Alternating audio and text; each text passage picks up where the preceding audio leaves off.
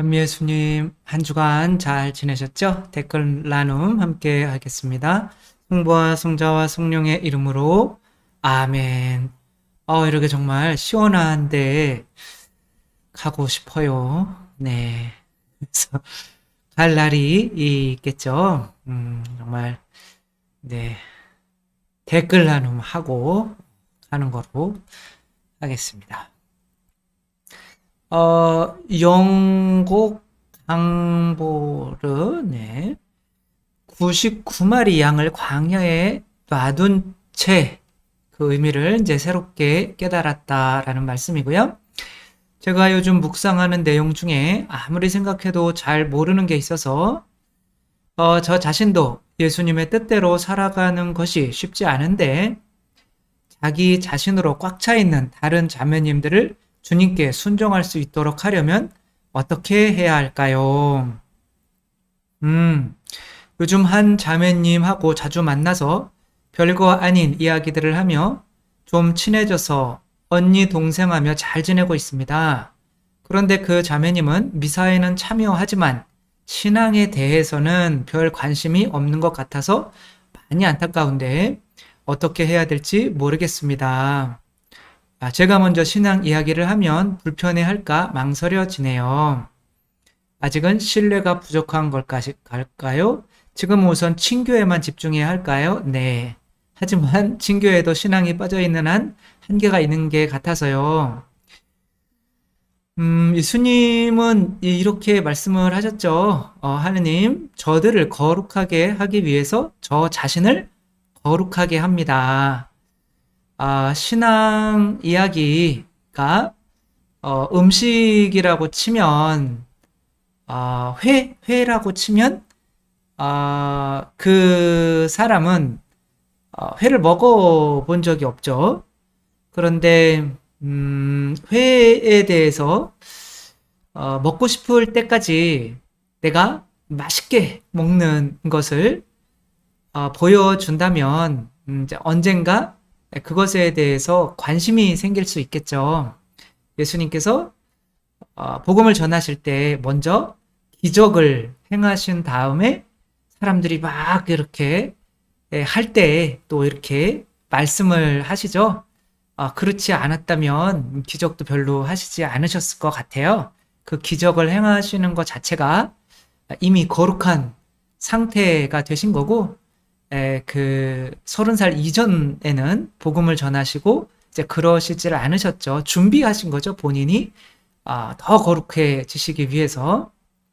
우리들도 중요한 거는 따라오게 만들어야죠. 그래서 내가 지금 또 하느님의 뜻대로 온전히 잘 살고 있지 못하다면 그분들 지금 성당 나오니까 그 내 어떤 살짝살짝만 비추어 주는 거죠. 너무 막 밥 먹는데 90% 예수님 얘기하고 그러면은 감당하지 못하죠. 그러니까 이제 조금씩 내가 예수님 만나서 행복한 거를 이렇게 비추어 주면서 그 사람이 조금씩 그 미끼를 물고 관심을 가질 수 있도록 그렇게 해야지 말로 누군가를 변화시킬 수 있다고 생각하는 것은 조금 힘든 일이다라고 하는 거죠. 네. 전유주님, 가톨릭 교리서 이제 끝난 건가요? 견진 성사까지 하시고 그 후는 조용하신데 저만 또 몰랐나요? 그렇죠. 이제 가톨릭 교회 교리서가 이제 네 부분으로 되어 있는데 지금 이제 두 부분 한 거죠. 예비자 교리서, 견진 교리서, 이제 사회 교리, 윤리 남은 거고 이제 그 다음에는 기도 남은 거죠. 다 해버리면은 또 할 게 없기 때문에 조금 쉬고 있는 거고 조금 뒤에 또 할 거니까 걱정하지 마시고요. 꿈꾸는 벌지기님, 마음이 너무 무겁고 아픈데 신부님께 여쭤보는 방법밖에 없습니다. 엄마의 간병을 위해서 모든 걸 접어두고 한국으로 들어온 지 6개월이 됐습니다. 이 계정의 주인인 남편을 2년 전에 하느님께로 먼저 보내고 가실 엄마를 위해 엄마를 보내고 힘들어하실 아버지를 위해 두 분으로 인해 힘든 형제들을 위해 다 힘드네요. 무엇보다 하느님을 생각하며 지금의 시간을 축복으로 믿으며 지내고 있습니다. 그런데 오늘 아버지가 본인은 존엄사를 원한다 하고 말씀하셔서 그 충격을 감당할 방법이 없어서 신부님께 여쭤봅니다. 제가 어떻게 말씀드려야 납득을 하실까요? 일단은 우리가 말의 힘을 너무 믿으면 안 된다. 그러니까 말과 이제 그게 진리죠. 은총이 함께 가야 되는 거죠. 부모가 자식에게 사랑을 보여주지 않으면서 말로만 이래라 저래라 하면 짜증 나거든요. 그래서 사랑이 빠진 어떤 이런 희생이 빠진 말은 잔소리가 되는 거죠. 따라서 존엄사 당연히 안 되는 거고 그것을 모를 리가 없으시죠. 그게 교회와 맞지 않는 거죠. 우리가 죽음에 대한 고통은 뭐 그거 당해보는 사람만 알겠지만 그래도 생명의 주관자는 하느님이시기 때문에 하느님께서 허락하시는 한 우리가 좀 힘들다고 그냥 요 정도 되면 죽여줘라 뭐 이런 식으로 하는 거는 이제 생명의 주체가 하느님이 아니라 이제 나 자신이 되는 거니까 하느님을 주님으로 인정하지 않는 거죠. 따라서 뭐 어느 기회가 있으면 이런 식으로 살짝 말씀을 해주시고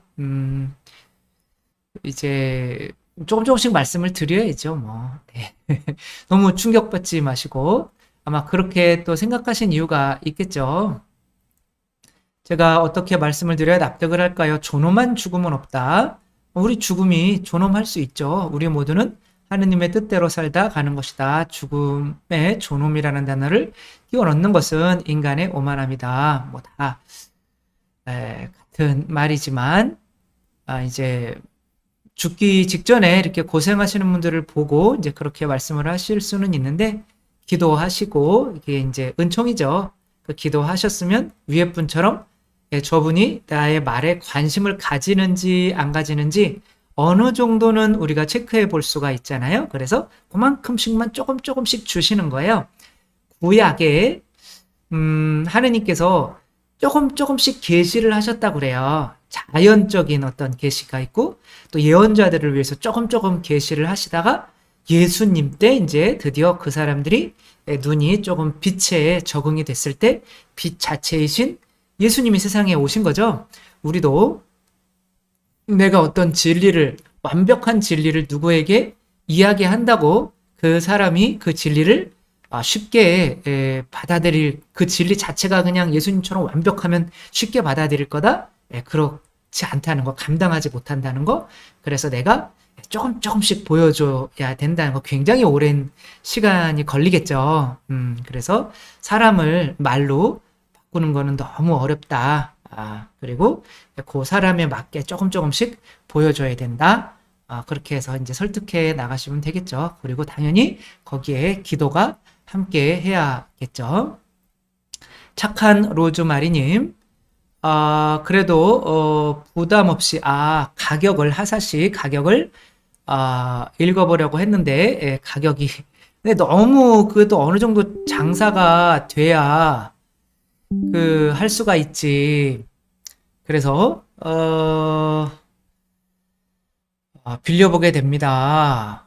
비르다가 그래서 돈이 없으시고 혹은 누구에게 이것을 선물하고 싶으신 분은 그것에 대해서 어떠한 자금을 대주시겠다고 하는 분이 있으니까 그 사연을 적으셔서 어디로 보내실까요?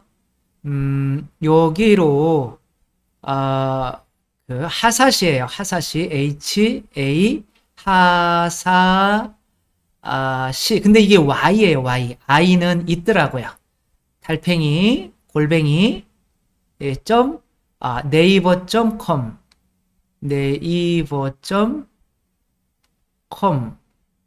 지금 제가 연필이 고장 나가지고 콤이에요. 콤 이렇게 여기로 사용과 주소 뭐 전화번호 이런 걸 적으셔서 보내주시면 뭐 다 보내드릴 수 있으면 보내드리고, 이제 선별을 또 해서, 이렇게, 보내드리도록 하겠습니다. 벌써 이제 이렇게 한번 오신 분이 있고, 또 어떤 분께 좀 보내달라.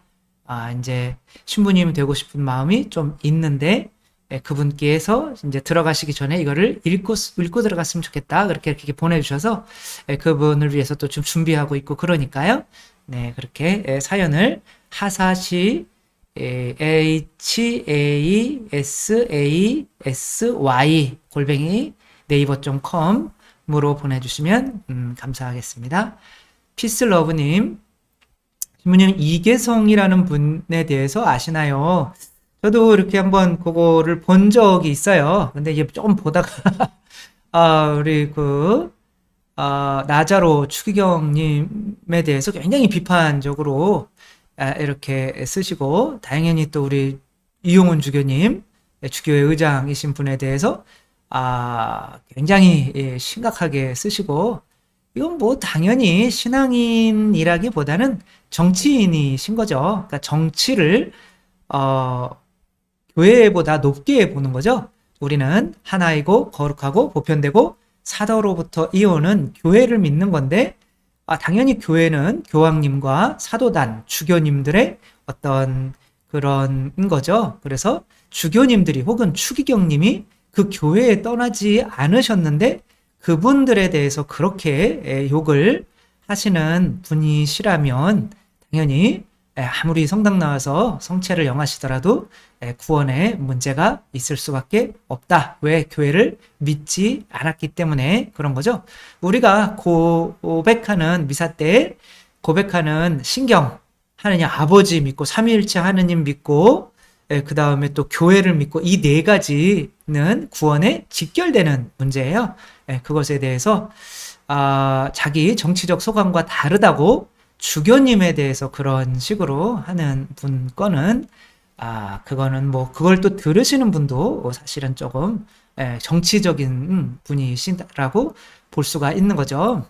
뭐 어떤 분들은 좌파에 대해서 이야기하지 말라고, 어떤 분들은 우파에 대해서 이야기하지 말라고 그러고, 그런데 이런 이제 정치인은 교만이에요.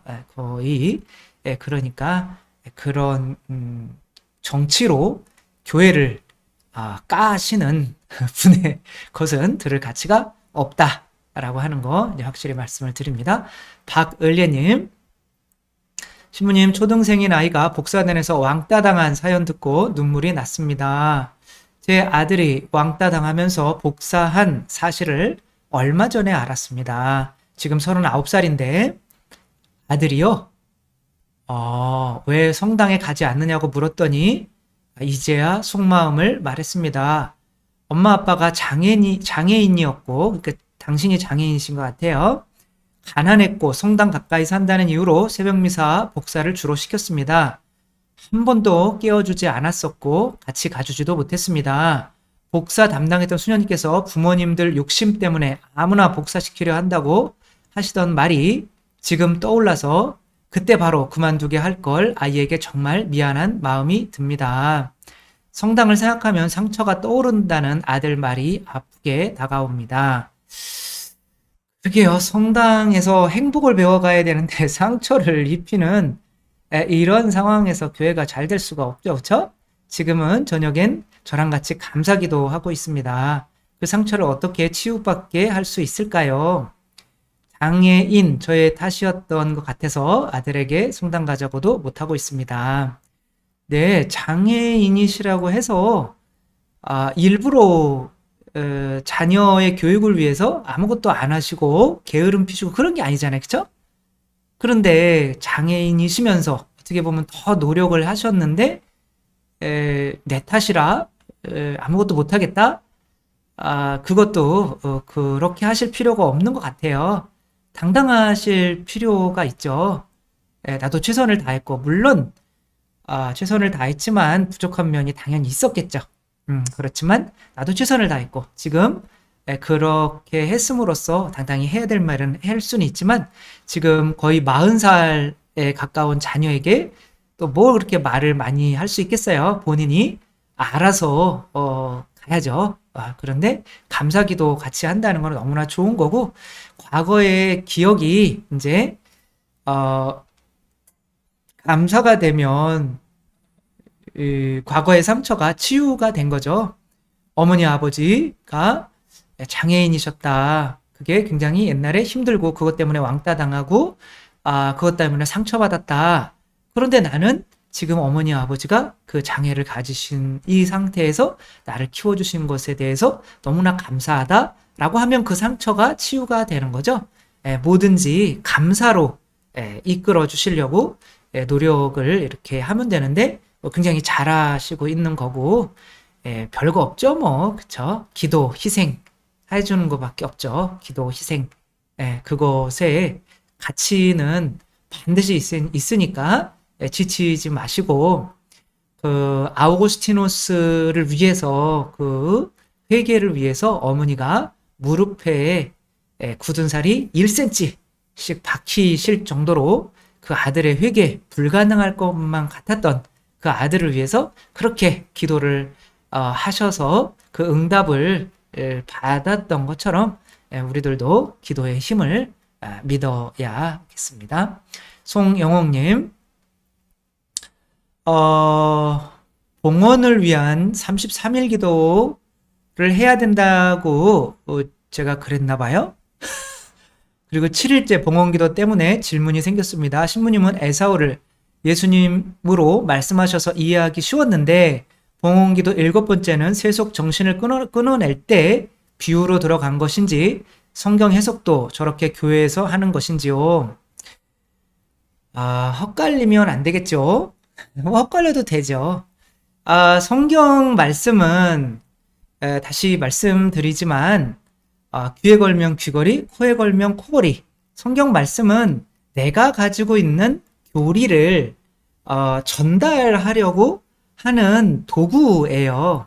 따라서 전체적인 에사우와 야곱의 이야기를 보면 야곱인 우리를 위해서 당신 껍데기를 내어주시고 우리는 그분을 나중에 마지막 때에 만나야 되잖아요. 그러니까 전에도 뭐 어떤 형제가 집을 뛰쳐놨어요. 아버지가 하도 그래가지고 내가 돈 많이 벌어서 온다. 그런데 그거를 계속 견뎠던 누나에게 가지를 못해서 34년 동안 다리 밑에서 사는 거죠. 왜? 내가 돈을 많이 못 벌었으니까. 그런데 우리에게 모든 것을 희생을 주신 예수님을 우리가 다시 만나기 위해서 다리 밑에서만 있어야 할까요?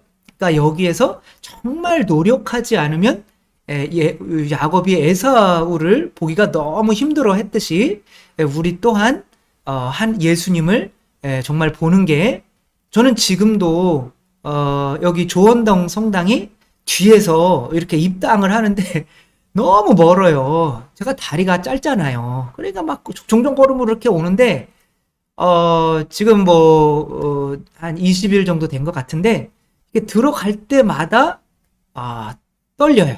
아니 약간 떨린다는 건 좀 그렇고 진짜 이 예수님 앞에 나아가는데 정말 얼마나 부끄러운지. 그러니까 그게 이렇게 착 길이 돼 있으니까. 근데 지금 예수님은 십자가 못 박혀서 아무것도 못 하시는데도 정말 내가 여기에 올라가기에 합당한가 그런 묵상을 계속 하거든요. 마찬가지로 이제 그건 그런 건데 그냥 딱 고기만 잘라서 교육을 하려면 이제 불콩죽에 자기 장자권을 불콩죽과 바꿔버린 거.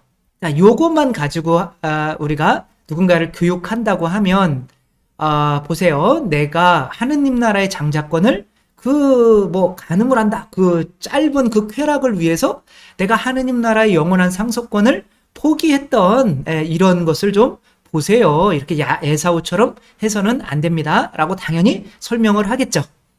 그러니까 그거는 그렇게 설명이 될 수도 있는 거예요. 그러니까 뭐 어떤 그런 해석이 뭐 영원한 건 아니고 성경 해석은 그냥 우리가 가지고 있는 교리가 중요한 거죠. 그래서 교리에서만 벗어나지 않으면 성경은 어떤 식으로 해석해도 돼요.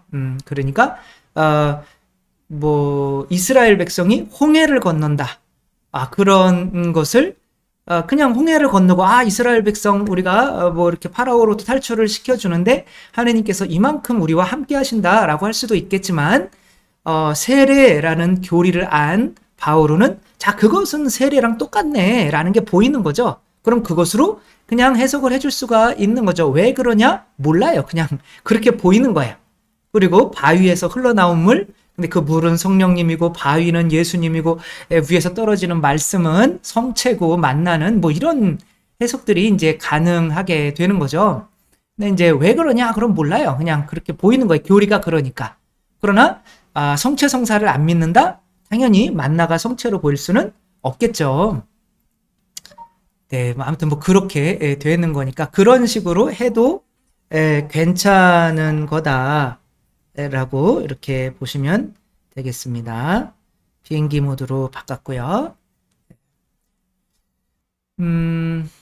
지모냥 TV님, 요즘 갖고 있는 질문인데요.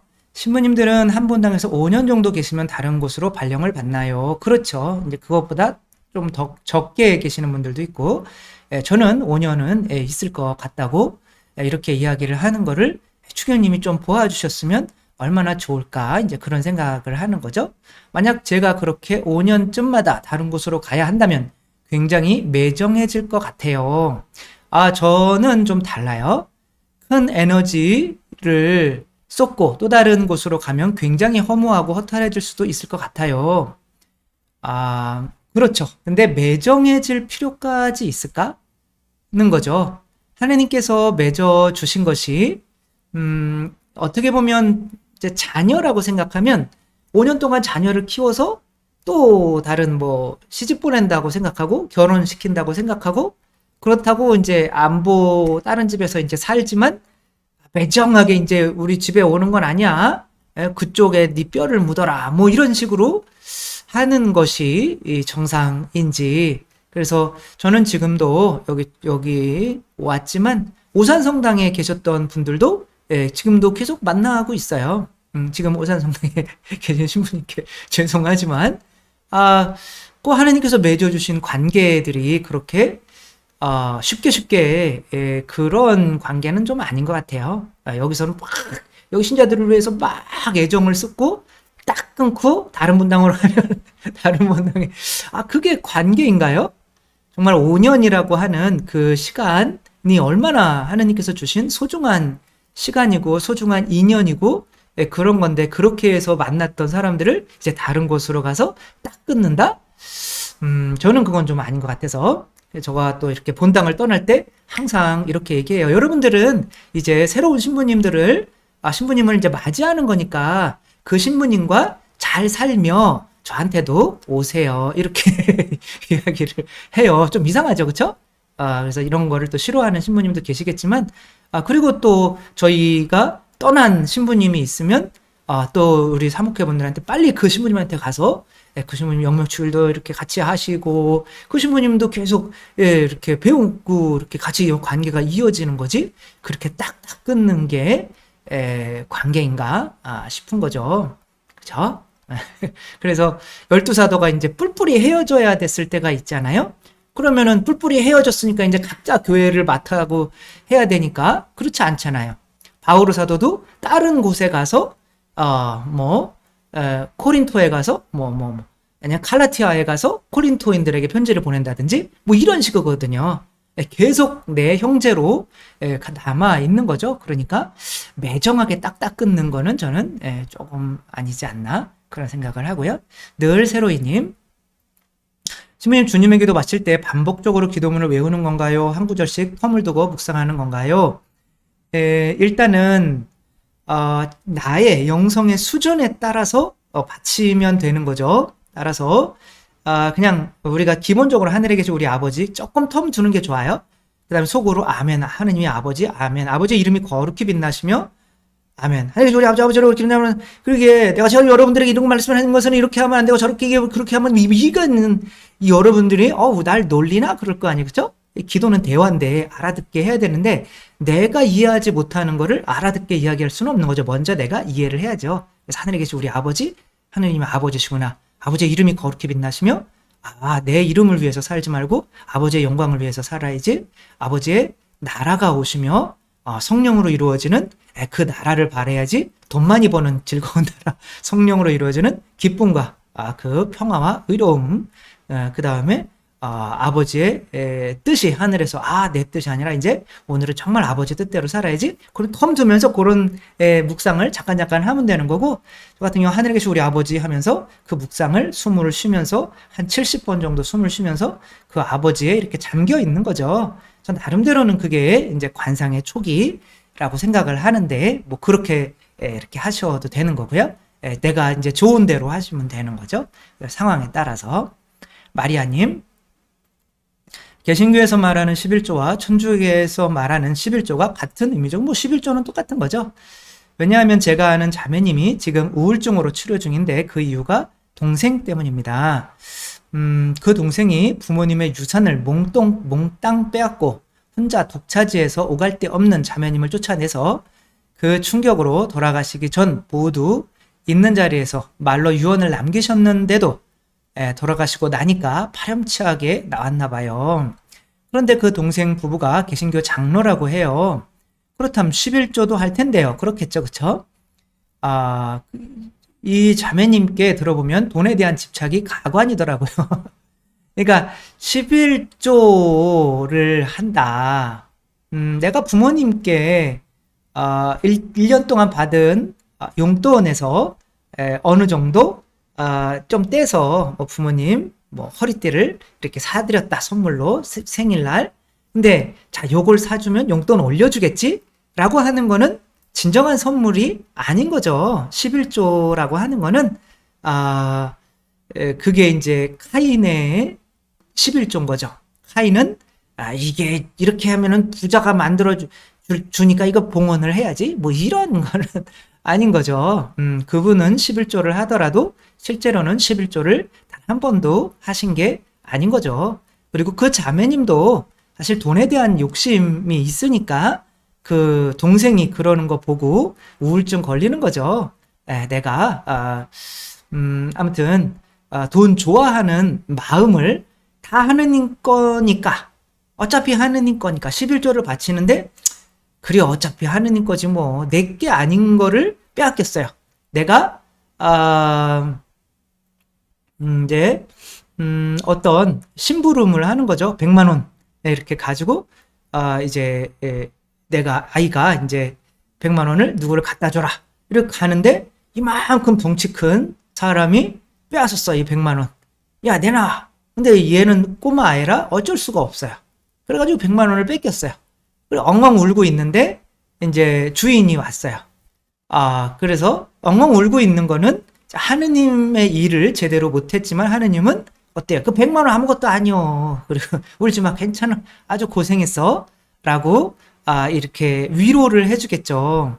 그러면은 이 아이는 그 돈이 없어졌어도 그 주인 때문에 우울해질 일은 없겠죠. 내 돈이라고 생각하니까 우울해지는 거죠. 내 돈이 아니라고 생각하기 위해서 11조를 한다는 거.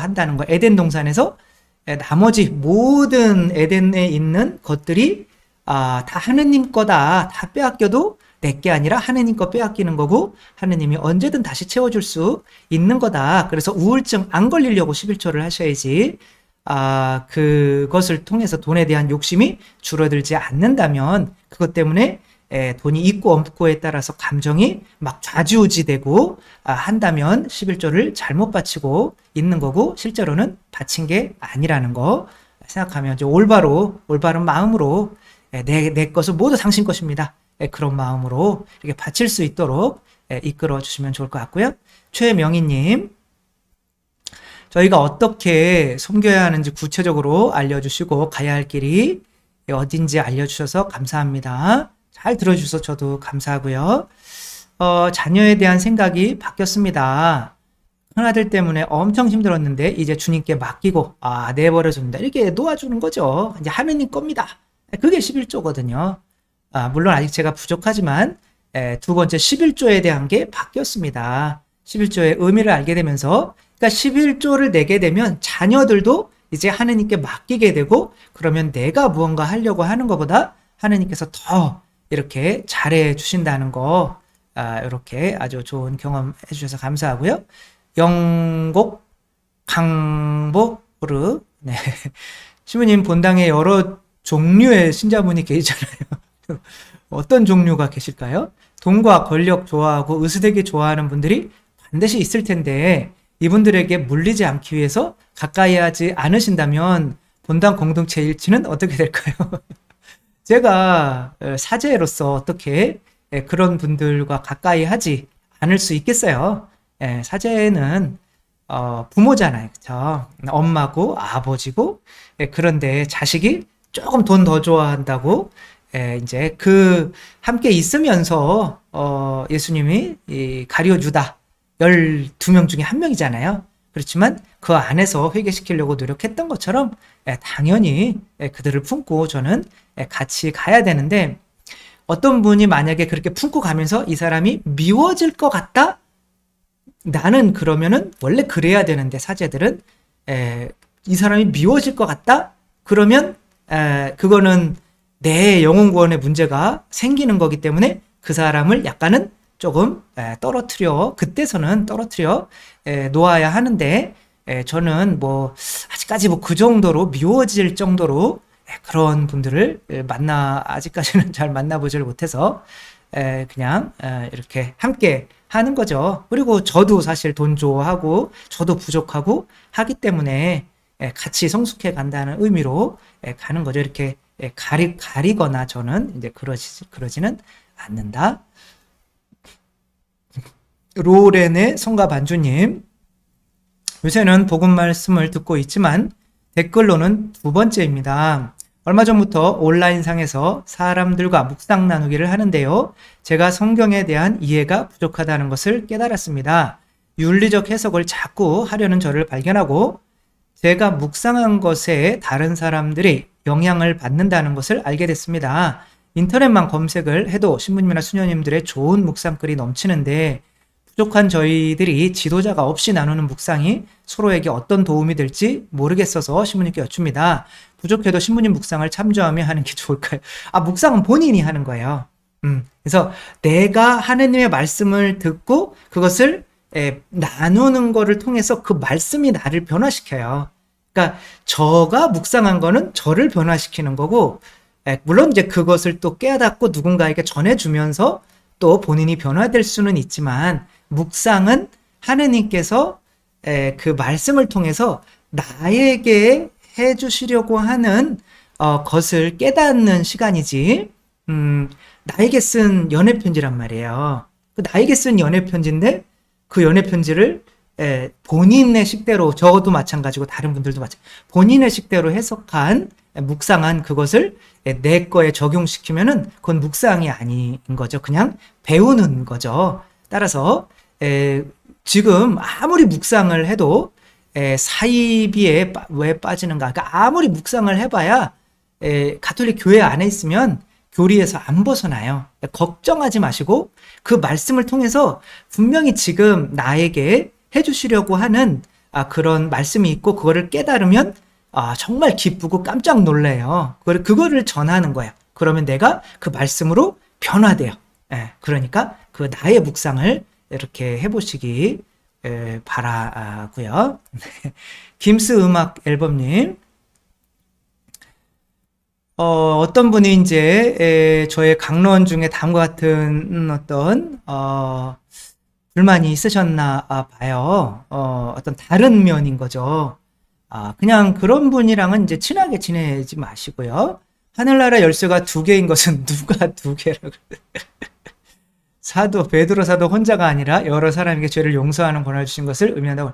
하늘나라 열쇠들이라고 이렇게 열쇠를 우리나라는 그냥 단수로 이렇게 해석해서 하는데 하늘나라에 열쇠를 주셨다 그랬는데 열쇠들을 주셨다 두 개 아니에요.